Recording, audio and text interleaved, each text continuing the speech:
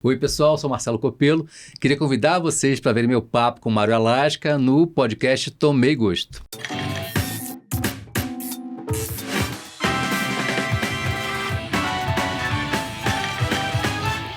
Hello meu povo, hello minha pova, mais um episódio do podcast Tomei Gosto. Começando, você que é fã de vinho, você que é recém-chegado ao mundo do vinho, você que é curioso, fique com a gente. Você que não se identifica com nenhum desses três, fique para você ver como é fascinante uma pessoa gravar tanta informação na cabeça. Isso vai ser uma coisa que vai te fascinar.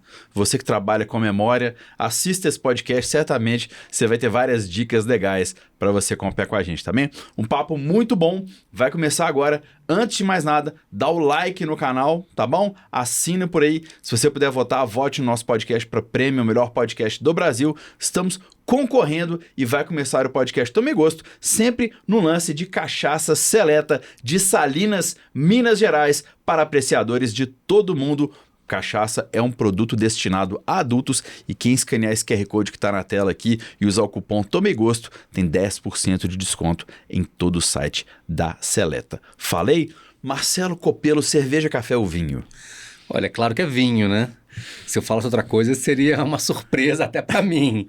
Eu tenho espaço na minha vida para café, eu adoro café, consumo diariamente. Cerveja eu gosto, mas outras bebidas alcoólicas perderam espaço no meu tempo, no meu dia a dia e no meu fígado.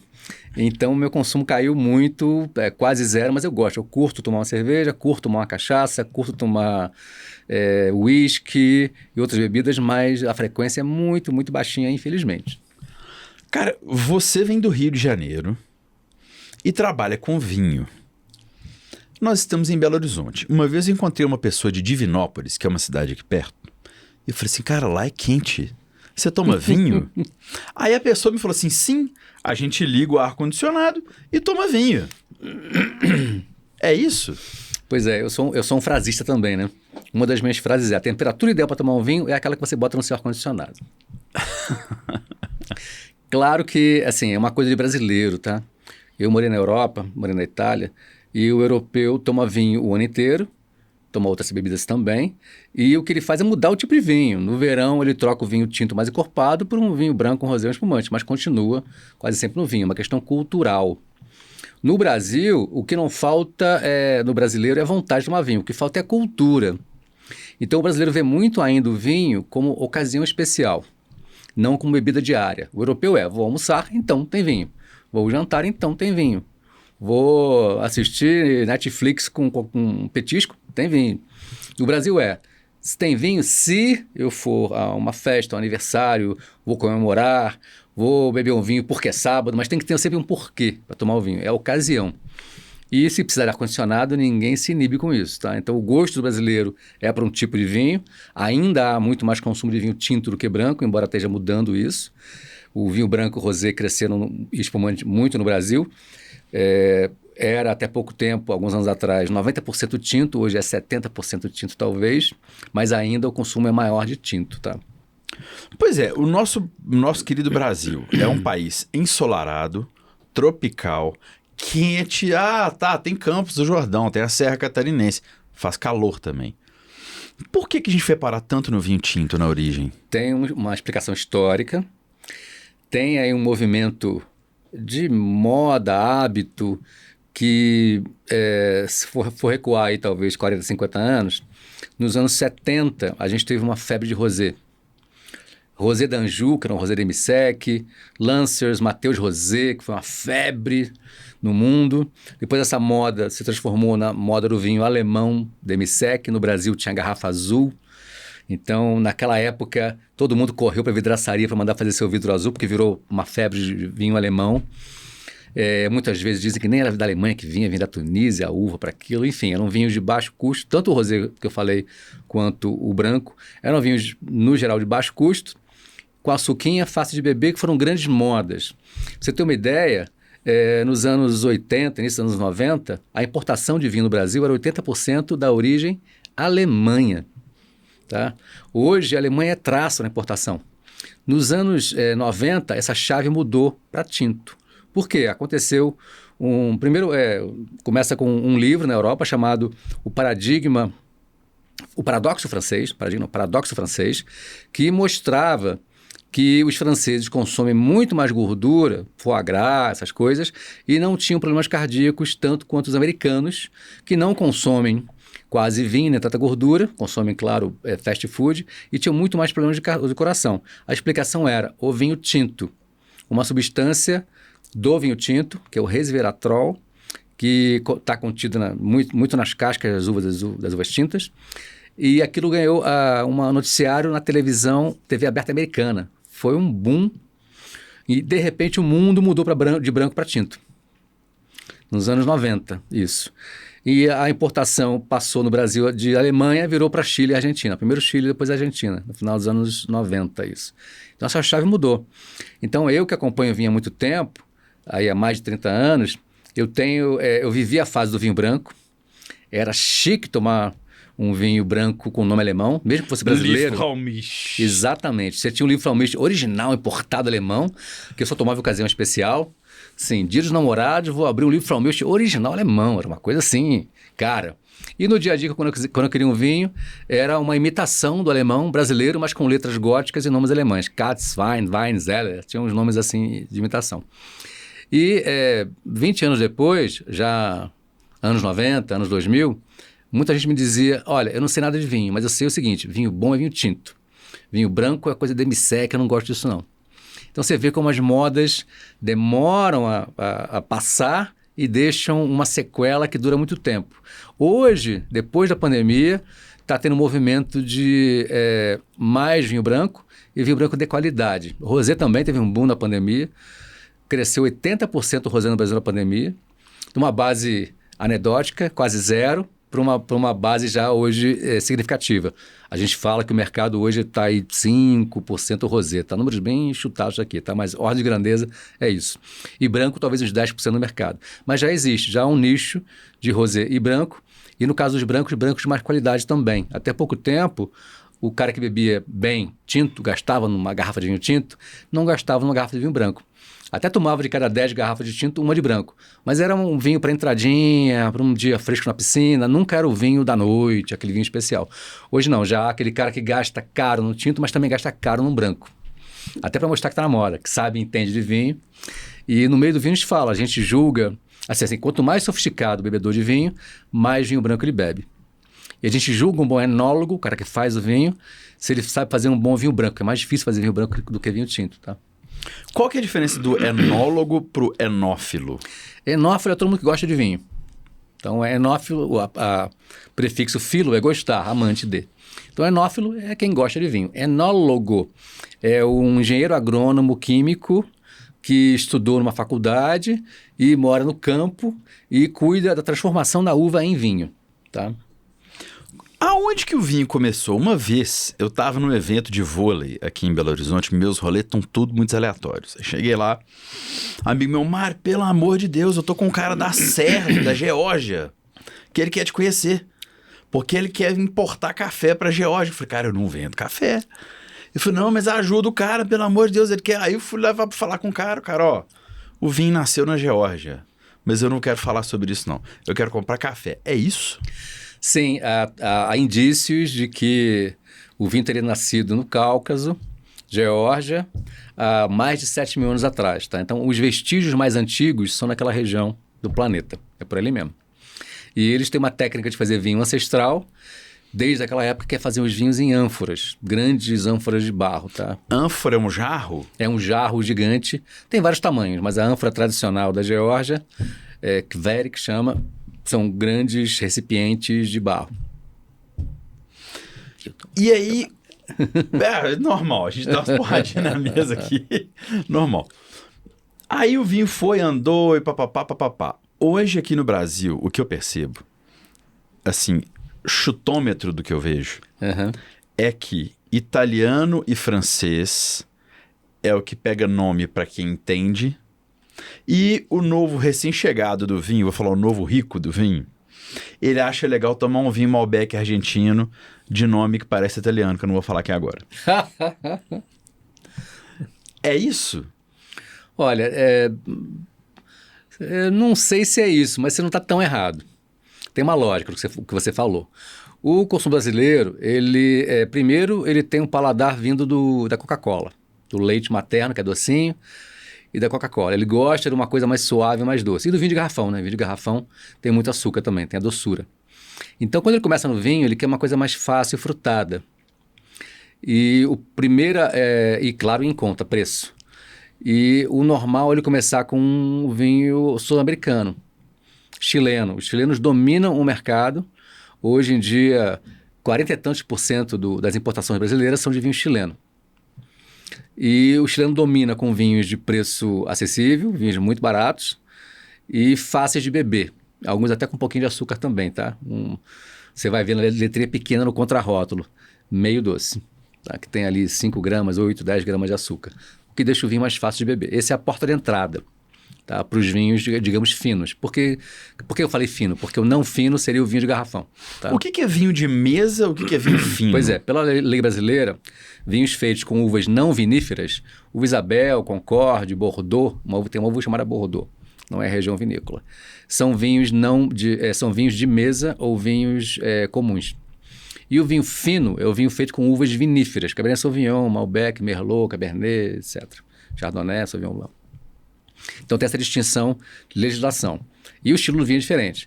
Então quem começa no vinho fino, geralmente começa por vinhos sul-americanos, o normal mais comum é Chile, Argentina também, vinho de preço acessível e vinhos fáceis de beber, macios, sem muito tanino, sem muita acidez e uma doçurazinha, um açúcarzinho também ajuda. Esse consumidor, quando, entre aspas, evolui, eu falo entre aspas porque você não tem que evoluir, né? Não quer dizer certo, melhor, nem pior. Mas como ele muda de gosto e o gosto vai para uma coisa mais sofisticada, entre aspas, é comum que ele ou continue no Chile e Argentina, ou a gente fala que vai para a Europa, vai para Portugal. Portugal seria a porta de entrada da Europa. Por quê? Tem uma presença forte no Brasil, tem uma relação cultural comercial muito forte. Portugal é a primeira origem de importação de vinho no Brasil, origem europeia. Número 1, Chile disparado, 47%, números aproximados, tá? Segundo lugar, Argentina com 15% por aí. E terceiro, ou empatado com a Argentina, Portugal. Argentina e Portugal empatados em segundo, digamos. Então, Portugal é a primeira origem europeia. E o brasileiro que quer se sofisticar ou diferenciar, olha, já conheci as uvas principais sul-americanas, já conheci Malbec, Carmener, Cabernet Sauvignon nos tintos. Agora eu quero experimentar uma coisa diferente, vai buscar na Europa, e na Europa a primeira origem é Portugal. Itália, você falou Itália e França. Itália e França viriam depois, porque são mais complexos, tem muito mais opção, muito mais nomes complicados. Na França, então, você tem nomes de chateaus complicados. Na Itália tem 300 e tantas uvas e Portugal tem 200 e tantas, não é pouco. Mas mesmo assim, há uma variedade muito maior na Itália, por exemplo, e nomes mais complicados na França. E preços, na média, também. É difícil falar preço do país como um todo, mas você acha vinhos mais caros também na França e na Itália, por exemplo. Antes da gente evoluir nesse papo, uma vez eu estava em casa, aí eu falei assim, eu preciso fazer uma coisa produtiva da minha vida. Aí eu escrevi um manual de como parecer que você entende de vinho sem saber porcaria nenhuma. E isso deve ter sido divertido. Eu tenho isso, eu te mando pra você ler isso. Aí eu coloquei assim, fale o nome de alguma coisa em francês que começa com Chateau. Então, por exemplo, nós temos um bairro aqui de Belo Horizonte chamado Barreiro, uma região Barreiro. Se eu fizer ouvir Chateau Barreiro, 2017... Não, tem que botar acento no final, Chateau Barreiro. Chateau Barreiro, 2017, Avec Venda Nova, que é outra região da cidade, acabou. Pronto. Eu vou fazer um sensorial e falar assim, criança correndo na primavera. E acabou. Qual que é o grande desafio, agora sentando do outro lado da mesa aqui?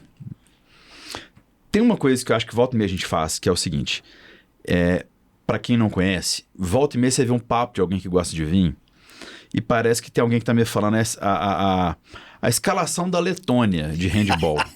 Você acompanha handball? De handball. Eu adoro handball, mas não acompanho não. Você acompanha a seleção da Letônia? Não. Você conhece o nome de algum jogador da Letônia de handball? Não, então é fácil enganar, né? Pois é, velho. Então não só enganar, como também quem tá ouvindo fica perdido. Porque eu não conheço ninguém que joga futebol na Letônia. Abraço para todos os letões que estão aqui, esse letões. Mas assim, será que em algum momento os nomes complicados que você falou agora, quando a gente foi para França e Itália, esses nomes complicados, essas variáveis, o brasileiro vai ter que entender que isso é do jogo e que a gente criou um status em função do nome ser gringo? Olha, primeiro, eu costumo dizer o seguinte, se gostar fosse... desculpa, se entender fosse pré-requisito para gostar de vinho, ninguém ia gostar de vinho. Eu costumo dizer também, se você precisa fazer um curso de cinema para ir ao cinema? Não. Você vai ver o filme, gostou ou não gostou. Se você quiser fazer uma pós-graduação em cinema, ótimo, vai entender mais ainda. Mas no vinho é igual. Por que você tem que saber os nomes complicados todos para beber um vinho e gostar? Beba e goste. Se você quiser estudar e aprender os nomes, ótimo. Você vai ter um prazer mais complexo, mais profundo, vai ter orgasmos gustativos. Isso tudo é verdade, você vai ter. Mas se você não quiser complicar, não precisa, só abre o vinho e bebe, entendeu? Mas, assim, até brinco também uma das minhas frases. Quer simplificar o vinho? Abre uma escola. O vinho, num nível avançado, é complicado. Não tem como descomplicar o aprofundamento no vinho. Não tem como se aprofundar sem complicar. Porque são um monte de regiões, são mais de 10 mil uvas em cultivo no mundo. Cultivo comercial, fora as extintas, as que de vez em quando descobrem.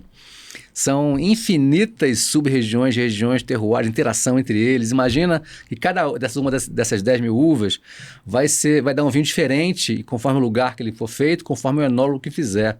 Então, não tem como trazer a simplificação ao extremo. Tem como abrir, beber e gostar. Agora, não tem como conhecer sem conhecer os nomes estranhos todos, entendeu? O que para muita gente é fascinante. Então, isso para o vinho é uma barreira, mas também para quem estuda é um fascínio, é um ponto forte. Portugal, eu ouvi dizer há muito tempo que Portugal, o vinho é por região e não por uva. É isso? No geral, no Velho Mundo, sim. No Velho Mundo, sim. Tradicionalmente, o vinho sempre foi por região. A região sempre foi e ainda o que a região é a mão do homem, quem faz. É o que imprime mais a identidade do vinho. O gosto final do vinho é muito mais dependente de onde veio a uva, de quem manipulou aquela uva, qual foi o homem que fez o vinho, do que a uva, o DNA da uva em si, a espécie de uva.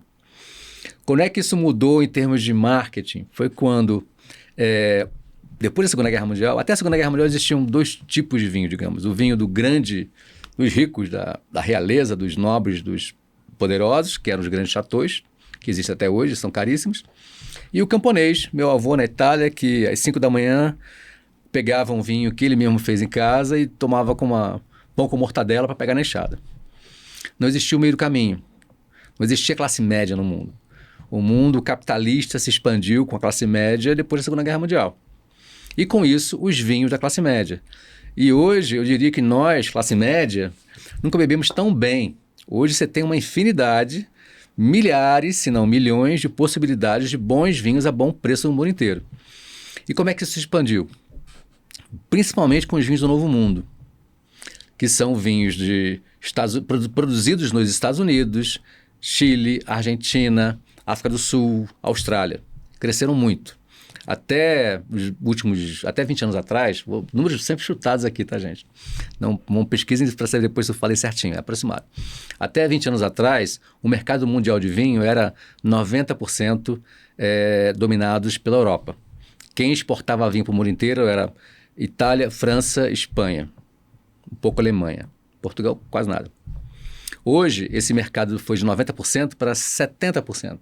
Esses 30% são basicamente vinhos dos Estados Unidos, Chile, Argentina, África do Sul e Austrália. E os Estados Unidos têm um papel muito forte como exportador, como importador e como consumidor. E esses países que eu falei não tinham a origem. Nunca vão ter um vinho que vai vir no rótulo Bordeaux, Borgonha, Toscana. Então, o que a gente vai vender? Você que é de marketing. O que a gente vai vender? Vamos vender a uva. Vamos vender Cabernet, porque aí tem em qualquer lugar. Cabernet, Chardonnay, Merlot. E é muito mais fácil pedir, né? Porque você tem conhecidas 10, 20 tipos de uva mais famosas no mundo e resolveu o problema comercial e de comunicação também. Mas, no fundo, quem gosta mais de vinho vai se aprofundando, vê que a origem tem uma influência fortíssima, talvez mais do que a uva. Por exemplo, se eu pegar 2 Cabernets e 2 Merlots, 2 do Chile e 2 de Bordeaux, e embaralhar, e falar para você, separe os Cabernets e separe os Merlots. Não é tão fácil. Você fala, separe o Chile e separe o Bordeaux. É mais fácil. Entendeu? Há uma identidade maior entre o Cabernet de Bordeaux com o Merlot de Bordeaux do que o Cabernet de Bordeaux com o Cabernet do Chile. Entendeu? Faça uma experiência. Eu gostei desse teste cego. Agora, rapidão, vamos falar de origem. Deixa eu falar para você que tá ouvindo a gente da cachaça Seleta de Salinas, Minas Gerais, falando de origem. Aí, ó, para apreciadores de todo mundo, a Seleta começou em 1980 com muita ousadia e inovação, mesmo sendo uma das cachaças mais vendidas do Brasil. 1980 é jovem para o mundo do vinho. Muito, muito. Mas para cachaça é uma coisa quase que antiga, assim, porque a Seleta vem desde o início com uma visão de conteúdo, de profissionalização, processo de produção de cachaça. O Alambique passou a comercializar rótulos de qualidade, sabor, inspiração inigualáveis e vai dando à cachaça status da bebida e revolucionando o mercado de cachaça do Brasil. A cachaça da Seleta é uma cachaça de alambique, não é cachaça de coluna, é aquela cachaça feita naquele alambique bonito, bacana que você está acostumado a ver. E digo mais, as canas são cuidadosamente selecionadas. A gente está falando de uva aqui, ó, as canas da Seleta são altamente selecionadas. O processo de fermentação é caipira com ingredientes naturais. É claro que há estudo, há evolução técnica, mas eles mantêm ingredientes naturais. O armazenamento é em tonéis de barris de madeira, proporcionando alta qualidade ao produto. E a cachaça, tem um assunto que eu vou entrar com o Marcelo daqui a pouco aqui, são as madeiras. O Brasil tem um monte de madeira e a gente usa muito pouco. A Seleta mais famosa, por exemplo, é no barril de Amburana ou Umburana, se você quiser, pode falar os dois. E a melhor parte desse merchan é o seguinte: todo mundo que está acompanhando esse podcast, que vai ou escanear o QR Code ou vai clicar no link da lojaseleta.com.br, tem 10% de desconto se utilizar Tomei Gosto como cupom. Eu repito, você entrou lá no site da Seleta, escaneando o QR Code ou no link que está na descrição do episódio, lojaseleta.com.br, use o cupom Tomei Gosto para 10% de desconto em todo o site. A Seleta é preocupada com questões ambientais, reutiliza todos os resíduos gerados no processo de produção, que vão do bagaço à vinhaça, resíduo final da destilação. O bagaço serve como adubo na plantação e como combustível ou fonte de geração de vapor da caldeira. O processo da cachaça é fascinante. Já a vinhaça irriga os canaviais e serve como fertilizante, tá bom? Lembrando que toda a produção da Seleta está concentrada em Salinas, é o terroir de Salinas para todo o Brasil e o mundo, tá bom? Lembrando que cachaça é uma bebida destinada a adultos, beba apenas se tiver mais de 18 anos, consuma com responsabilidade. lojaseleta.com.br, cupom Tomei Gosto para 10% de desconto. Eu gosto de Seleta, viu? Ué, então você tem bom gosto, cara. E às vezes gringo me pergunta qual a melhor região para cachaça. Eu falo, Salinas é a Borgonha brasileira. Sério, eu falo isso. Salinas é a Borgonha brasileira. Eu acho que nem o povo da Seleta deve saber disso. Eu vou fazer um corte disso e vou mandar para eles. Cara, engraçado. A madeira no vinho. A gente ficou muito acostumado com carvalho, né? Uhum. Eu que venho, de certa forma, da cerveja. Depois, sempre gostei de uísque, mas volta e me arrisco a saber mais de uísque, né? O próprio uísque é fascinante, né? O uísque tem barril do fortificado de Jerez, né? O uísque passa por barrica do fortificado de Jerez. Mas só traçando um paralelo aqui, a gente condicionou o nosso paladar no Brasil para cachaça por muito tempo com carvalho francês. Isso é um carvalho francês. E agora estão vindo as madeiras brasileiras, como a Amburano, IP e várias outras. Será? Vou te dar uma pergunta totalmente difícil, aleatória assim. As nossas madeiras vão chegar no vinho também? Olha, a madeira na cachaça tem um papel menos invasivo do que o do vinho. Porque como o destilado tem uma força alcoólica muito maior, e no geral, não conheço tanto de cachaça, mas no geral as madeiras são mais usadas, são usadas mais vezes, então o gosto da madeira passa menos para a cachaça. A cachaça se impõe mais pelo álcool, pelo número de uso da madeira. No vinho, se você botar uma umburana nova num vinho, ela vai dominar o vinho. Então é difícil fazer com outras madeiras. Ou ela vai estar muito usada, e no mundo existem 90% da madeira que se usa para fazer barris, recipientes, não só barris, né? Tem vários tamanhos com nomes diferentes, tonéis, barris de vinho. Carvalho, mas não só. Você tem muito recipiente antigo de outras madeiras, mas raramente novos, porque o novo passa gosto intenso, e o gosto intenso vai ser estranho, vai ser diferente. Pode ser bom, pode não ser tão bom. Tá? Só antes da gente voltar para o mundo do vinho, Marcelo, tem uma coisa que me cativa muito, assim. Minas Gerais é um polo cachaceiro, graças a Deus. Nosso estado produz cachaça. E o alambique de cachaça funciona só 4 meses por ano. Depois ela fica embarrilada lá, envasada, X. Destilação, você pode destilar para fazer gin, você pode destilar para fazer uísque. A gente começou agora, o café está ganhando muito espaço. Eles falam até que o café está passando por uma vinificação. Há quem seja do meio do café que torça o nariz para isso. A roda dos sabores do café parece que é inspirada um pouco no sistema da roda de sabores do vinho, sistema de pontuação também. Um café fantástico vai ser um café de 91, 92 pontos. Foi o máximo que eu já tomei. Né? Ele sai de 100 e vai baixando. O café é considerado especial 80, 85. Até nisso a polêmica também. Mas aonde que eu quero chegar com esse raciocínio todo? Eu fico pensando, cara, o nosso estado produz esse tanto de cachaça, produz esse tanto de café, tem esse tanto de madeira. Minas começou a produzir vinho agora também. Em algum momento, será que nós vamos pegar? Eu vou pegar um café, vou fermentar numa barrica de vinho, só que eu vou ter uma temperatura controlada da minha fermentação, então eu vou deixar dentro da minha câmara fria de cerveja. Eu fico pensando se talvez seja o próximo passo. Você tem todos os processos e equipamentos que podem ser de uma forma unidos. Eu fico viajando nisso, cara. E você pode destilar uva também, né? Sim. A grapa é uva destilada? Ou é bagaço destilado? É o bagaço. A garapa, né? Tá. O que é a grapa, pra quem assim nunca bebeu? Bom, eu não sou um conhecedor de grapa, tá? Nem muito consumidor. Mas é o bagaço que sobra da fabricação do vinho, da produção do vinho, que é destilado. Pois é, porque uma vez, São as massas que sobram, você destila aquilo. Eu fui numa festa, num lugar aqui que é chique, chama Escarpas do Lago. Não sei se você ouviu falar. Aí chegou uma bela hora que o churrasco tava começando a me querer morrer. Eu abri uma grapa e eu dei um golinho pra cada um. O churrasco reviveu. Só não pode cuspir o fogo, senão o churrasco revive mesmo. Não, o pessoal já tava... boa. Atenção, se eu tomar grapa no churrasco... Não cuspa na fogueira. Não cuspa na fogueira, que você pode acabar com o churrasco. Mas o churrasco reviveu. Vinhos do Brasil. Eu tenho acompanhado que Minas Gerais está começando a produzir muito vinho. Minas Gerais está começando a produzir azeite também. Tem uma coisa que a gente ouve falar muito, que a amplitude térmica, para quem está nos ouvindo, a variação de temperatura acaba sendo saudável para a produção de vinho. Então, por exemplo, até a 20 minutos daqui, onde a gente tá, já se produz, já está se plantando uva para fazer vinho. 2 horas de Belo Horizonte já tem gente que planta uva para fazer vinho. Será que nós vamos chegar um dia de fazer vinhos legais? Ou a curva nossa de aprendizado, de saber lidar com o terroir, qual que vai ser a uva, vai demorar? Muita gente vai ficar. Eu acho que isso seja mais rápido, tá?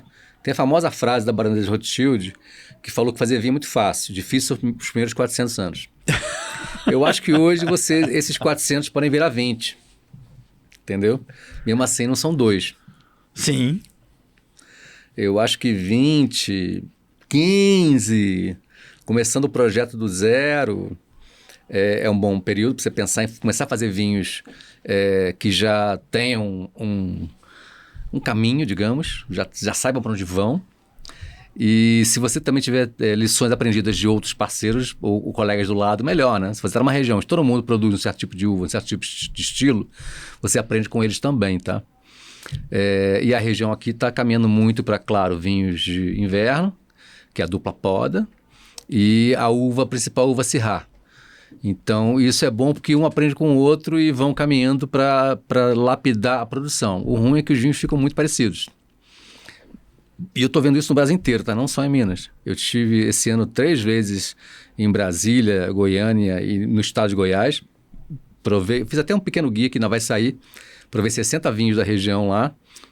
tem coisas muito boas, tem coisas que prometem, tem, claro, coisas de vinhos mal feitos, e tem muitos vinhos que vão melhorar porque o vinhedo é novo e no vinho tem isso, a idade da planta faz diferença.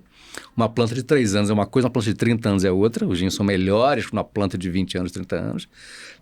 E, claro, você aprender a lidar com aquela matéria-prima, com aquele ambiente, com as variáveis. São muitas variáveis para fazer vinho. Você tem a uva, né, o DNA ali, a matéria genética da uva, você tem o solo, a insolação, o vento, a irrigação, quando colher, como macerar, tem um monte de detalhezinhos para fazer um vinho. Para você azeitar isso para aquela realidade, demora anos. Então, tem produtores lá no Cerrado que estão lá há 15 anos e agora já tem vinhos bons, já dão consultoria para os outros. Então, eu acho que daqui a mínimo 10, talvez 20, você vai saber entender o que está acontecendo aqui. Provavelmente muitos vão desistir no caminho, tá, dos produtores. E quem ficar vai ter bons vinhos, possivelmente. O Cerrado. Essa questão da amplitude térmica no Cerrado fica um pouco de lado, não? Porque o Cerrado é quente ou é quente, mas tem não? altitude. Ah, tem altitude. Tem altitude. Tem uma amplitude maior que aqui em Minas. Mas não é Brasília, né? Porque Brasília é plano, né? Deve ser ali perto, É plano, Goiânia. mas é altiplano. Não é questão de inclinação, não. É altitude. Tá? A inclinação traz outras coisas. Traz o ângulo de insolação e traz o escoamento da água, a inclinação do terreno. Mas tem outras variáveis. Como disse, são muitas variáveis. Uma outra variável é a altitude e a continentalidade. Minas está longe do mar, mas o Cerrado está mais longe ainda. Entendeu? Gostei. Você tem formação de músico, trabalhou com tecnologia e foi parar no vinho? Exatamente, é uma salada. Eu tenho um monte de diploma de um monte de coisa. E hoje não, né? Há 30 e tantos anos dou aula de vinho. E tenho livros, assim, eu virei um especialista em vinho. Me aprofundei muito no assunto, mas me formei mesmo em faculdades e digamos, minha vida acadêmica foi em outras áreas. O que tem em comum a música, a tecnologia e o vinho? Olha, muita coisa. Primeiro, na música, eu até hoje dou palestras ligadas a vinho e música. Eu escrevi livros com textos ligados a vinho e música, onde eu analiso os elementos da música com os elementos do vinho e faço analogias, num nível, digamos, elementar, e extrapolo isso para palestras que são vinho e jazz, champanhe. Eu tenho um texto legal chamado Champanhe Chopin. Eu tenho Degustando Frank Sinatra, que é um clássico. Ano que vem faz 20 anos que eu dou essa palestra do Sinatra. Eu tenho... Eu quero ir nessa palestra. É muito bacana. bacana. Um dia. É muito bacana. E termina com uísque, não é com vinho, não. Ué, mas justo, é o Frank Sinatra. Pô. Claro. E contei o final da palestra. Já estraguei o final. Não, mas tá cheio de produtor de uísque bom aqui em Minas, Sim. Então nós vamos te fazer um match legal. Eu gosto muito de uísque. Eu falei, eu não tenho tempo para uísque, mas eu gosto muito. E há uma ligação conceitual, há uma ligação sensorial do vinho com a música, e eu posso fazer analogia com o que eu quiser. Tá? Eu posso juntar o vinho com qualquer tipo de música. Tanto que na palestra, eu tenho várias palestras que usam música. Na palestra básica, digamos, eu mostro vários estilos musicais com vários estilos de vinho. Mas, enfim, a tecnologia, primeiro que hoje tudo é tecnologia, né? Tudo é celular, tudo é câmera, tudo é digital. E depois, a minha vida da tecnologia foi em corporações. Eu trabalhei na IBM, na antiga Embratel, Telemar, Vivo, TIM. Então, eu tenho uma vida corporativa que me ensinou a trabalhar muito em equipe, trabalhar com método, trabalhar com... eu era gerente de projetos. Então, cronograma, prazos, é comigo mesmo. Cara, mas é muito engraçado isso. Tem um cara que já foi entrevistado por esse podcast, que foi tecladista do Skank. Ele até tem um podcast aqui na casa também. Você foi tecladista? Então vamos fazer um papo de vocês dois. Que é o Henrique Portugal. Ele é do After Podcast, é um podcast aqui do mesmo estúdio, do 09, ele e o Lucas Penido. E ele também foi da IBM, se eu não me engano. Olha. O que eu tô pensando aqui é que essa geração Google, Amazon e tal, vai sair muito cara bom em outras coisas que não tecnologia, né? Espero que sim, né? Eu sou de uma era pré-internet. Quando eu comecei na informática, a internet não existia globalmente, existia no laboratório, né? Então eu vi nascer a internet, vi nascer celular, vi nascer tudo isso e acompanhei e tento me atualizar, né? Eu sou um jornalista, eu me tornei jornalista no mundo do vinho no papel. Eu escrevia em jornal e revista, continuo escrevendo em papel, mas cada vez mais a gente vive um mundo tecnológico, né? Digital. Então, eu acompanhei essa evolução da tecnologia em todos os nichos do conhecimento humano. O dólar está um pouco mais alto esses dias salgado, aqui no Brasil, né? Esse podcast está sendo gravado no dia 30 de outubro. Para você que não me deu parabéns por ontem, dia 29, recebo seus parabéns. Eu fiz aniversário ontem, fiz idade de licor, Parabéns, 43. parabéns. Muito obrigado. O que acontece com o dólar alto e o nosso consumo de vinho? Ele vai diminuir ou vai mudar o vinho que a gente toma? Olha, a curtíssimo prazo não acontece nada, mas à medida que os importadores tiverem que repor estoque, vai subir o preço do vinho importado. Só que o problema é que não sobe só o preço do vinho importado, sobe o preço dos insumos do vinho brasileiro. Vinho brasileiro tem um componente forte de insumo importado. Máquinas, produtos agrícolas, garrafa de vidro, muitas são importadas. Então tem um monte de coisinhas que são importadas. Tá? Então sobe o preço geral, infelizmente. Mas será que o dólar subindo, a gente vai sair, vai ter, sei lá, vai ter menos Estados Unidos e África do Sul e mais Chile e Argentina? Você acha que vai ter alguma mudança com esse perfil? Olha, o dólar é para todos. Claro que o barato do Chile vai parecer mais barato, né? Porque você vai proporcionalmente, percentualmente, vai ser igual, mas o valor nominal vai ficar mais caro o vinho caro. Voltando àquele papo sobre o Brasil ser um país ensolarado, de clima quente, ter o hábito de tomar vinho tinto, você falou do livro. Outro dia eu tava com um grupo de pessoas, aí eu falei, gente, olha isso aqui que legal. É uma jarra com vinho, suco de laranja, uvas e acho que um pouquinho de bitter. O cara fez um clericot assim. Uhum. Essa misturou clericot, né? Você pode falar o que é o clericot pra gente estar aqui, você sabe de cabeça? É uma sangria de vinho branco, por definição, clericot. Pois é, então é vinho branco com uva e gelo. Tem 1000 receitas, não tem uma fórmula secreta oficial. Pois é, mas será que essa é uma das portas de entrada pra gente um dia fazer o clericot de jabuticaba, pitanga e amora com o que eu tenho na roça? Seria ótimo isso. Porque a sangria é um hábito muito europeu, muito na Espanha, por exemplo. É uma maneira de beber vinho no verão. É uma maneira de refrescar o vinho. No Brasil seria ótimo se bebessem mais isso, mas o pessoal do vinho tem aquela corrente do xiita, que não aceita nem copo de plástico, nem copo de geleia, não botou qualquer coisa, o pessoal dá um escândalo e fala que não é mais vinho. Tudo bem, se não for vinho, mas alguém gostar, que consumam. E eu já vi gente pegar adoçante no vinho. Deixa eu te contar o que eu já vi. Eu estava na Argentina, eu e minha amada estávamos na Argentina, num dia de sol de Mendoza. Eu falei, amor, vamos almoçar? Vamos almoçar. Fomos num restaurante italiano, a dona estava lá 98 anos, foi na mesa, simpaticíssima e tal. Falei pro cara, irmão, eu quero um vinho branco, mas eu quero num balde com gelo. Aí a garçonete, nada melhor do que começar a primavera com vinho branco, era o dia que estava começando a primavera. A gente não sabe o que é estação no Brasil. Verdade. Desculpa, a gente não sabe. Aqui chove ou é quente. Às vezes esfria um pouquinho, né? Não sei se tem muito nexo, assim. Vou contar uma historinha depois. Vai. Aí a gente pediu um vinho branco, falou, olha, você me serve um balde de gelo, porque a gente gosta de vinho gelado, mas sem problema. Balde de gelo, vinho branco, e fomos tomar vinho branco. Aí tinha uma mesa com 2 argentinas do lado, elas olharam pro lado, chamaram a garçonete, vem cá. Vinho branco, gelo, e elas ainda pegavam o gelo e botavam dentro da taça. Essa história que eu vou te contar agora. Eu estava, acho que foi ano passado, eu fui ser jurado num concurso na Argentina, em La Rioja, e é um concurso com jurados internacionais, muito bacana.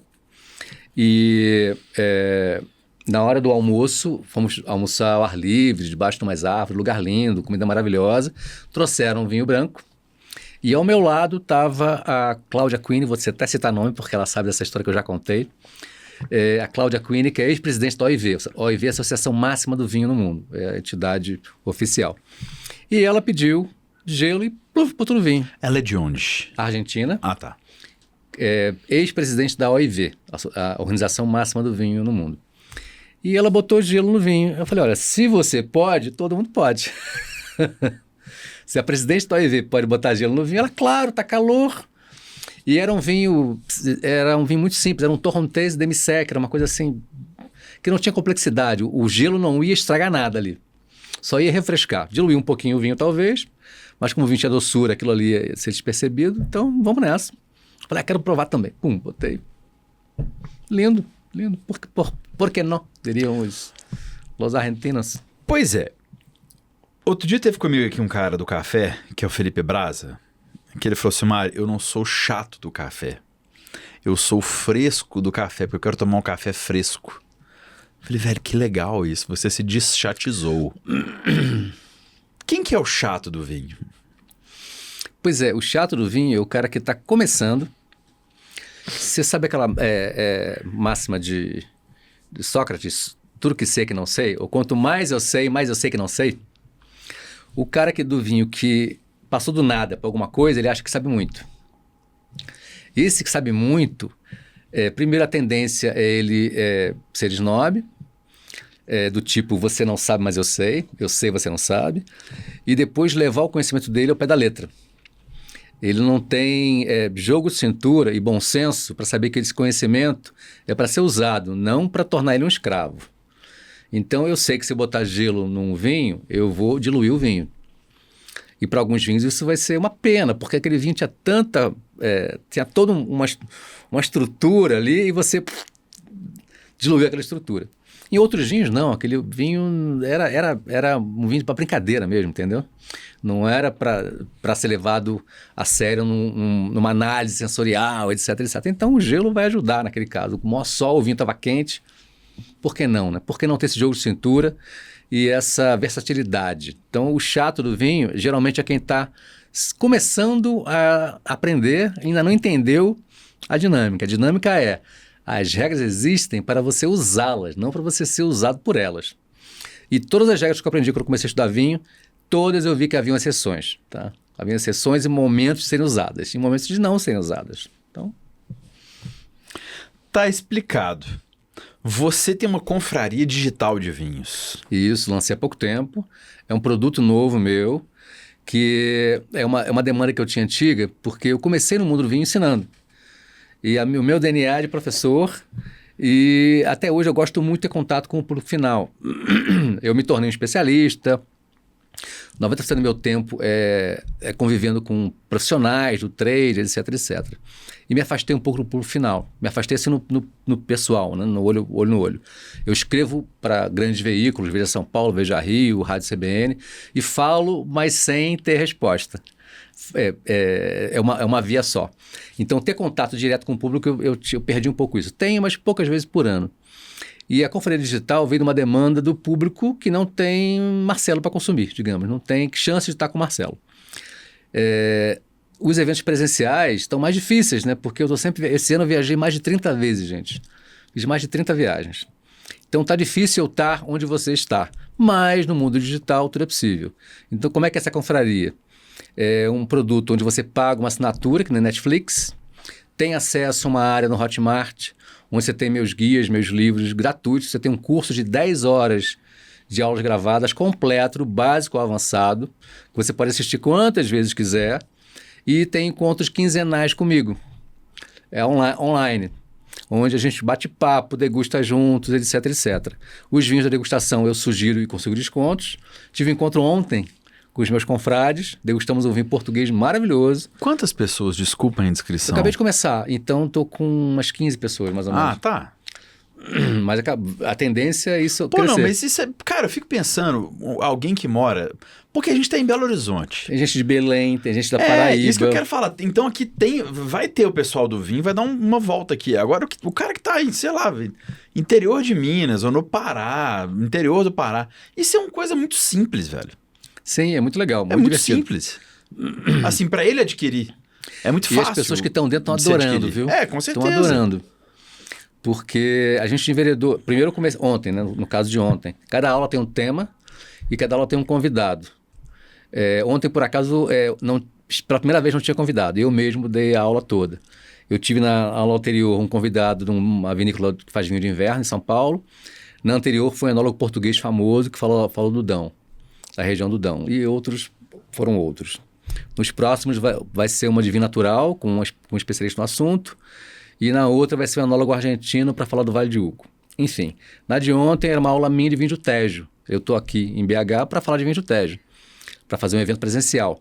Então, ontem eu dei uma aula de Tejo para os meus confrades e degustamos um dos vinhos do Tejo, que está nesse roadshow do Tejo. E no final, bate-papo informal. E aí eles passaram a me entrevistar. Marcelo, e aquele caso? E aquele dia que você degustou isso? Como é que é ser jurado em concurso? Como é que você degusta? O que você usa para limpar a boca? Aquelas perguntas que muitas vezes para mim são comuns, ou a maioria curiosidades da minha vida, dos bastidores da minha vida profissional. Muito divertido. Que muito barato, divertido. cara. Parabéns, longa vida. Assim, você que é fã de vinho, procure agora nas redes sociais do Marcelo Copelo. Entre nessa confraria, saiba mais. Porque tem um mundo do Brasil que tá fora dos grandes centros. Assim, até quem tá no grande centro também, né? Sim. Mas assim, isso é fantástico, porque ele vai pedir o vinho, vai chegar na casa dele e tal. Você tem um trabalho com vinho e astrologia? Pois é, eu tenho... Vou voltar um pouquinho para te contar isso. Eu comecei a estudar vinho há 30 anos, me empolguei, fiquei maravilhado com o assunto. Quando eu comecei a estudar, eu li, sem exagero, naquele primeiro ano, 50 livros sobre vinho e comecei a frequentar eventos de vinho. Depois eu percebi que aqueles eventos de vinho eram chatos, porque era mais do mesmo, era repetição e coisas técnicas. Uva, terroir, solo, clima, que a gente falou aqui até um pouco hoje. E eu falei, caramba, o vinho não é só isso. Vinho não é um laboratório hermético, um hospital, onde você está ali com o microscópio analisando vinho. Vinho faz parte de um contexto. Vinho faz parte da sua vida. Então quem gosta de vinho gosta de música. Então por que não trazer a música para o vinho ou o vinho para a música? E eu desdobrei esse conceito em N temas. Eu escrevi 2 livros com esses temas. Eu Vinho e Algo Mais, que existe em português, espanhol e inglês. Foi premiado em vários lugares. E o Vinho e Muito Mais. Também ganhou prêmios. Saiu alguns anos depois com os outros temas. Então são N temas que unem vinho e alguma coisa. Tá? Então é o Vinho e Algo Mais. O nome do primeiro livro, Vinho e Muito Mais, que é o nome do segundo livro. Um dos temas é a astrologia. O que eu fiz? Como todos os temas, eu fui me divertir. Como é que eu me diverti? Estudando esse tema em questão e trazendo para o vinho. Eu, na minha cabeça, fazendo analogias. Então se isso é assim na astrologia, como é que seria no vinho? Se isso é assim na música, como é que seria no vinho? Então, foi uma maneira de eu me divertir sem sair do mundo do vinho, entendeu? Então, eu trouxe alegria para mim e viraram temas de livros e temas de palestras. Muitos dos temas dos livros também são palestras que eu vendo para corporações, para o corporativo, é bem divertido. Cara, gostei disso, depois eu quero me aprofundar sobre. Você falou de experimentar vinho. Uhum. Quantos vinhos você experimenta por dia? Não tem um número fixo, não. Não tem uma rotina de provar todo dia, de tal hora, tal hora. É muito on demand, viu? E da minha agenda que não tem rotina. Eu falei, fiz mais de 30 viagens esse ano, então não sei onde eu vou estar. E a minha vida segue onde eu estiver. Eu trabalho do Uber, trabalho do avião, e como se estivesse em casa. Mas um dia que você experimentou muito vinho, quantos vinhos foram? Olha, quando eu estou jogando num concurso, eu posso provar 80, 100, 120. Tá? Por exemplo. Eu acho que o meu recorde foi 120 alguma coisa. Mas você faz aquele crime de provar e cuspir? Sempre cuspi. Cuspir é regra básica para profissional de vinho. Se eu vou num almoço um almoço formal, mas sem ser uma degustação técnica, com 5 vinhos, eu posso beber os 5 vinhos, embora cada vez eu beba menos, tá? Por questões de saúde e preservação do meu equipamento. Mas se eu vou num concurso de vinhos, tem que cuspir. Não tem como você pensar chegar no 10º vinho sem cuspir. Mas assim, mesmo cuspindo, até o fim do dia, você ainda consegue ter um sensorial legal? Olha, esse é um tema interessante. E eu já li estudos a respeito. O estudo diz o seguinte: a maneira de degustar e de encarar esse processo é totalmente diferente, é quase que oposta entre profissional e um amador. Então, não repito em casa. Então, um amador vai degustar 5 vinhos e ficar cansado e o vinho vai fazer algum efeito nele. Eu primeiro, mesmo bebendo, o vinho não faz tanto efeito mais em mim, tá? Eu já adquiri uma resistência natural. Depois, o meu paladar vai ficar mais aguçado. O que eu noto, já notei, quando eu provo muitos vinhos, dezenas, podendo chegar a mais de 100, é que ao fim dos 100 vinhos, eu estou fisicamente cansado, porque é o dia inteiro, eu estou com o corpo moído, cansado, mas o paladar está mais aguçado. Principalmente se forem vinhos do mesmo tipo, mesma região. Vamos supor, eu fui para o Priorato, sentei lá e provei 80 vinhos no dia. Chegou no fim do dia, eu estava com o Priorato na ponta da língua. Se eu provasse no dia seguinte as cegas, 10 vinhos com o Priorato no meio, eu ia acertar qual era o Priorato. O que atrapalha e pode esse processo ser atrapalhado é quando tem vinho com defeito, vinho com tanino duro, mal feito, ou com problema de rolha, ou com brete, com defeitos no vinho. E aí, de fato, impregna e é chato. O que eu faço para limpar vinho branco? Me perguntam também, o que você toma entre um vinho e outro? Nada, porque eu quero manter a referência. Nem água? Água se der sede. Água é sempre bom, é saudável e hidrata, mas é pela sede, não é para limpar a boca. E comida, pãozinho, biscoitinho, é pela fome, não é para limpar a boca. Se eu de fato estiver com a boca precisando ser limpa, eu peço pro pessoal do backstage, me traz, por favor, um vinho branco seco. Tem que ser seco, doce, o açúcar atrapalha. Então, se eu vou provar... Assim, eu tenho os meus concursos. Nos meus concursos, eu gosto de pegar de manhã logo os tintos mais potentes. Então, 8 da manhã, 80 tanases uruguaios. E aí o bicho começou a pegar, começou a ficar a boca impregnada de tanino. Eu pego um Riesling seco, um Sauvignon Blanc, bochecho, sai aquela baba roxa e eu continuo. Cara, quando você bebe tanto, você degusta, você experimenta, né? Você cospe vinho. Quando você bebe esse tanto de vinho num dia para julgar de noite, no jantar, você toma um vinho? Olha, já aconteceu de sim. Eu lembro de eu em Londres, no maior concurso de vinhos do mundo, que é o Wine Challenge, 120 vinhos. Eu levei minha esposa nessa viagem. Eu tinha alugado um Airbnb, ela estava lá. Quando eu cheguei em casa de noite, ela então, vamos jantar, vamos tomar um vinho? Nó, como é que você fala não? Eu disse sim, só que aí tem que ser um vinho mais especial e, principalmente, uma safra mais antiga. O que acontece no meu trabalho, na minha vida de degustador profissional, é que eu tomo quase sempre, quando é em concurso, sempre, safras jovens. Porque o vinho que vai para o concurso é o vinho que está chegando no mercado. E aí são vinhos mais agressivos ao palato. Taninos, acidez. Então, quando eu sento para relaxar e eu vou querer beber alguma coisa além de água, eu vou para um vinho envelhecido, que é o meu gosto pessoal bate muito com isso, então eu gosto muito de vinho velho. Na pandemia a gente bebeu mais vinho? Eu bebi. Não, eu também. Eu não era do vinho, eu passei a beber vinho por causa da pandemia. Eu bebi muito champanhe. Esgotei meu estoque de champanhe. Mas todo mundo ficou trancado em casa e foi pro vinho? Tem isso? Sim, olha, tem uma lógica. O consumo de fato cresceu muito. E a explicação é, primeiro trancar em casa. E depois o vinho, uma bebida mais conveniente para quem está trancado em casa vendo televisão ou na companhia do seu parceiro. É mais do que um coquetel, é menos festivo. É mais relaxante do que você tomar uma caipirinha ou uma cerveja. Então, muita gente não bebia vinho, começou a cozinhar em casa e beber vinho. Dica para quem tá chegando agora, tá indo no supermercado, dá uma beiçada num vinho. Que dica que você dá para essa pessoa? Bom, primeiro, não ter medo, né? Acho que o principal problema do consumidor no mundo do vinho é o medo. O maior erro é ter medo de testar. O ideal é tentar, viu? Experimentar e ver se gosta. Claro que isso tem um custo. Mas se você puder consultar alguém, melhor. Você vai descobrir seu gosto degustando. E para não errar, conversar com alguém que tem experiência para te orientar. Não vou dizer compre vinho tal, porque depende muito do seu gosto pessoal. Vinho tem muito de gosto pessoal. Falando em compre vinho tal, você já vendeu vinho para dono de bar em favela, em morro, comunidade? Não vendi não, mas eu escutei um caso, eu tomo essa água, porque eu escutei você contando esse caso num podcast. Falei, cara, que loucura, você estava contando um podcast que você foi você encontrou com o pessoal de bares, de comunidades do Rio?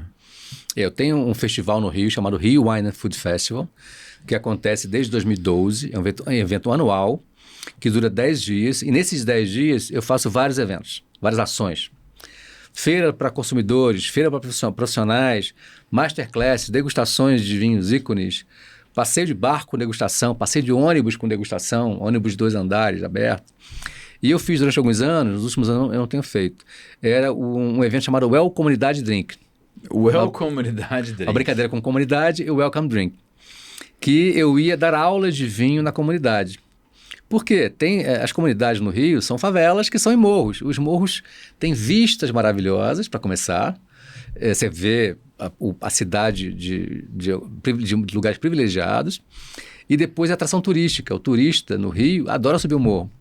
Tem tours, agências turísticas que são especializadas nisso. Oferecer passeios à favela. Porque todo mundo ouve falar no mundo inteiro e quer conhecer.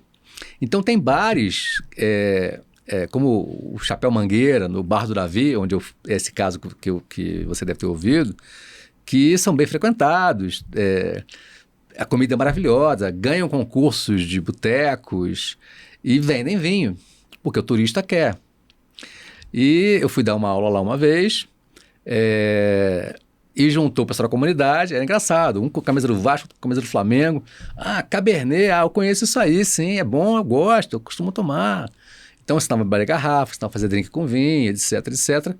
E o mais legal, eu levei representantes de vinícolas importadoras que fizeram negócios, porque o Bar do Davi e outros bares da comunidade compravam mal, digamos. Ele, em vez de comprar no fornecedor direto, ele ia no supermercado e comprava na esquina, pagando caro.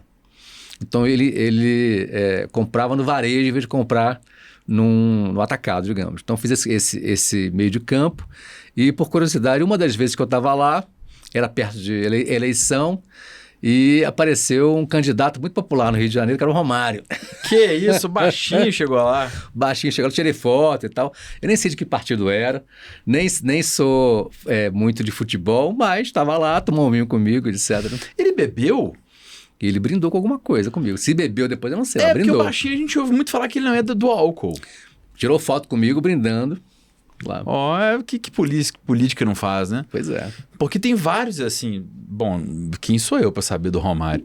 Mas eu já ouvi muitas histórias que o Romário não bebe. Pode ser. Vinho gelado ou temperatura ambiente? Olha, o vinho tem temperatura ideal. Como eu disse, regras você segue se quiser e adapta à sua realidade.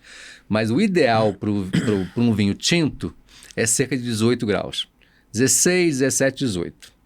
Então não é nem ambiente, nem refrescado. Você tem que ver quanto é que está aqui. Aqui nessa sala está a condicionado ligado. 22. 22. Já seria um limite para um vinho tinto. Dá para tomar 22, mas se puder estar 18, melhor. Tá? Um tinto. Um branco, você vai tomar 10, 12, ou seja, geladeira. Porque a porta da geladeira fica na casa de 8 a 10. Eu já fiz isso ali, em casa justamente para poder falar. Botei um termômetro na porta da geladeira, depois de um tempinho estava 10, 12. Ou seja, se não está com pressa e vai tomar um vinho branco, bota na porta da geladeira, daqui uma hora vai estar legal. Se tiver com pressa, balde de gelo. Tá, mas um amigo meu chamado Mário Nogueira de Avelar Marques, a namorada dele, só gosta de tomar vinho muito gelado. Aí ele fala assim, amor, eu não vou comprar vinhos de um preço muito caro, porque nós vamos matar o vinho aqui. Olha, o que acontece com o vinho tinto muito gelado? Quando você resfria um tinto, o tanino fica um pouco mais duro e você abafa, digamos, mascara um pouco os aromas. Quando você esquenta um vinho branco ou tinto, os aromas evaporam mais. E o tanino aparece menos, fica menos agressivo. Então há um limite entre muito frio e muito quente. Tá vendo, amor? Então vai parecer mais tânico o seu vinho tinto, tá? Um beijo, paixão. Aí, ó, nós vamos achar isso aí. Tem uma pergunta que todo mundo que vê nesse podcast tem que responder. Vamos lá. Que é cerveja perfeita, ó, refeição perfeita, com a companhia perfeita, no lugar perfeito. Antes disso, eu quero lembrar você que está vendo a gente que o Marcelo Copelo tem as redes sociais dele, tem o site, ele dá palestra, ele dá consultoria, ele está na Rádio CBN, na Veja São Paulo, na Veja Rio, ele faz palestras fantásticas sobre regiões produtoras, já tive uma palestra dele, irei a outras, é muito interessante. Procure esse homem, então, para te prestar serviço, né? Acesse o site dele, veja quais serviços ele presta. É muito legal, ele fala muito bem, como vocês puderam ver. Então, procure lá, Marcelo Copelo, com 2 L's, que você vai encontrar a rede social dele. Refeição perfeita, companhia perfeita, no lugar perfeito. Olha, lá em casa, no momento festivo, seja que dia que for, qualquer ocasião, se eu abro um champanhe, vira uma festa entre eu e minha esposa. Então, bebida perfeita. Um bom champanhe com a minha esposa. Local, minha casa serve, tá bom. Fico feliz. Antes de eu falar a entrada, prato principal e sobremesa, champanhe, você tá tomando na taça flute, que é aquela fininha, ou nas taças mais largas? Detesto flute. Eu tomo em taça tipo Borgonha, desse tamanho. Pois é, tiveram umas especialistas de champanhe aqui, a Luísa e a Poliana, e elas me serviram na taça mais larga. Eu falei, gente, descobri agora espumante. Nunca mais eu tomo flute na minha vida. Não. Eu tenho até uma brincadeira. Primeiro eu fiz uma matéria uma vez, assim, muitas das coisas que eu vejo o pessoal descobrindo agora, eu já escrevi a respeito há 20 anos atrás, eu dou gargalhada. Mas é bom que descubram, né? Então, há mais de 20 anos eu fiz uma matéria onde eu degustava vários tipos de espumante, brasileiro, prosecco, cava, champanhe, em vários tipos de taça. E a minha conclusão foi descobrir como transformar champanhe em prosecco. Boto champanhe na flute. Mas não descobri como transformar o prosecco em champanhe. Eu não vou conseguir melhorar o prosecco só por botar na taça grande. O que acontece? A flute, dizem que ela preserva melhor a bolinha, a borbulha. Gente, flute é aquela taça fininha que a gente aprendeu a beber champanhe, tá? Fininha. Isso. Ela preserva? Pode até ser, mas primeiro que eu não estou ligando para borbulha. Borbulha para mim é uma coisa secundária no champanhe. O que interessa é o paladar e aroma. O visual da borbulha pouco importa. Depois eu sirvo pouquinho, de pouco em pouco, direto do balde para a taça, e ela não vai ter, o champanhe não tem tempo de perder a borbulha. E na flute você não tem aroma nenhum. A flute não te mostra nada de aroma. Então, não serve para nada aquilo. Não, ainda vou te falar, se me permite falar. Claro. Olha eu aqui. Eu sou carudo demais, se me permite. Eu acho que a flute talvez segura tanto que, eu não sei se é por ela ter contato com uma região menor da língua. Pode ser também, né? O carbonatado, o CO2, vai incomodar. A sensação que eu tive de boca quando eu passei da flute, que é a taça fininha, para uma taça de boca mais larga, foi que em vez de se tornar uma coisa incômoda, se tornou uma coisa prazerosa, pela área de contato ali maior. Pois é, o meu, assim, você perguntou, bebida perfeita. Sim. A gente tem fases e gostos, tá? Meu gosto nos últimos tempos tem sido champanhe, preferência envelhecido. Eu guardo anos a garrafa, ou até eu compro já com alguma idade. E eu tomo direto do balde de gelo, gelado, sirvo na taça Borgonha, quantidades micro, de modo que não dá tempo da perlage se perder, e bebo em pequenos goles. Acabou, sirvo mais. São N servidinhas na taça. Então, isso dá uma sensação de fartura infinita também, porque não acaba. sim, Você põe só um pouquinho você assim. falou o ocasião perfeito. Para mim é almoço de sábado, domingo e beber a tarde inteira. Uma garrafa para 2 pessoas dura horas. Então tá bom. Refeição tem que ser entrada, prato principal e sobremesa na sua residência. O ar-condicionado tem qual temperatura nessa hora, E por lá favor? em casa, muita gente não gosta, mas lá em casa é vício ar-condicionado. Tem todos os cômodos, menos banheiro e cozinha. E a minha filha pequena já sai ligando. E eu moro no Rio de Janeiro. É um certo calor. É um certo calor, uma parte do ano. É um certo calor. Então tá sempre ligado. A entrada. Olha, pro caso do champanhe, Sim. tem um ritual na minha casa que no Réveillon tem sempre e ocasiões especiais ao longo do ano pode ter mais 1 ou 2 vezes por ano também, que é ovas tipo caviar, não caviar verdadeiro, que é muito caro, mas imitação de caviar, ovas de peixe, com o bolinho russo, blini, o blini, como eles chamam, que eu faço em casa, fica muito, minha filha adora, não com o champanhe, né? Ela não bebe, mas ela adora o bolinho saindo da chapa quentinha, um pãozinho delicioso. E você acha fácil, bota no Google, Marcelo Copelo Blini, que vai vir a receita, pra você fazer em casa. Tá bom. E então é um ritual fazer e ficar comendo aquilo, N bolinhos com creme azedo, que eu faço também, com um pouquinho de caviar por cima, 2 gotinhas de limão, champanhe. Lindo, maravilhoso. Pesquisarei, farei. Você que tá aí faz, me conta. Prato principal. Olha, o último que eu fiz especial foram cavaquinhas. Lagosta, mas eu não achei no dia lagosta, foi cavaquinho, estava maravilhoso. Ao forno, gratinado, manteiguinha. Acompanhado de... Champanhe. Não, mas a lagosta tinha um legume, arroz, tinha o quê? Purê de batata. Purê de batata, tá. Sobremesa. Olha, não tem como sobremesa. Doce. Minha esposa gosta de umas coisinhas, gosta de chocolate, por exemplo. Uma coisa que eu como muito, aliás, é chocolate, viu? Diariamente. Que bom. Continue assim. Então vai ser o blini com ovas, creme azedo, gotinha de limão, lagosta e a sobremesa que sua esposa quiser. Nós vamos pegar um chocolate, então, para ela. Legal. Isso. Tá, Joia. Marcelo, foi uma honra ter te recebido aqui. Muito Muito obrigado. obrigado que você veio. Obrigado. Gente, esse é o Marcelo Copelo, eu sou Mário Alasca, você é do vinho, você é do mundo do vinho, fica por aqui, tem muito papo legal sobre vinho também, tem gente de fora do Brasil, tem gente do Brasil, tem gente do espumante, você é das outras bebidas, você quer saber do café, da cerveja, de água, tem podcast em áudio com sommelier de água, tem muita coisa legal, tá bom? Eu espero você, te vejo na próxima, lembrando que o podcast Tome Gosto é um oferecimento da cachaça Seleta de Salinas, Minas Gerais, para apreciadores de todo mundo. Cupom Tomei Gosto no site para 10% de desconto. A cachaça é um produto destinado a adultos. Eu sou Mário Alasca, te vejo numa próxima. Valeu, tchau, tchau.